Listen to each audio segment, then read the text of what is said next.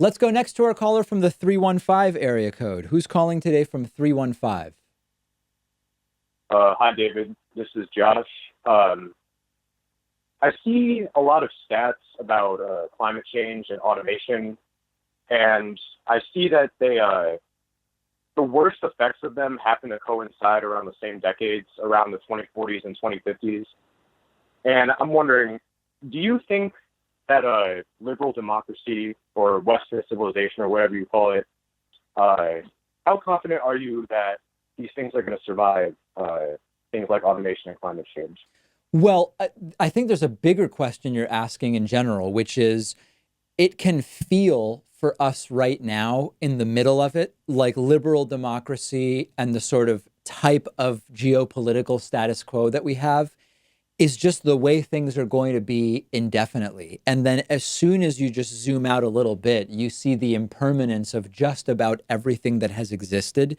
And so my doubts about being able to say X or Y is going to survive beyond a particular point is that in general, we just have a huge bias towards believing that the way things are now are the way things are going to remain. It's very hard for us to imagine how things could be drastically different, but like Rome fell eventually. And if history has taught us anything to the extent that we know history, it's that even things that seem permanent are not.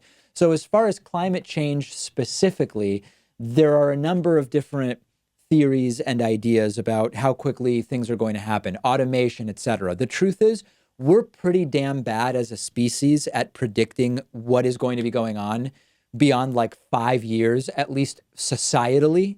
Now, scientific predictions are different. Things move at a glacial pace, no pun intended. But even still, I don't. I think that what we're identifying now are trends, and the specificity that is sometimes attributed is maybe a little overzealous in terms of how good we are at predicting things because there will be inflection points that continue to kind of like modify the trajectory. But I think with all of these questions, there are real, it's a serious open question as to whether humanity will survive as we know it beyond, relatively modest periods of time.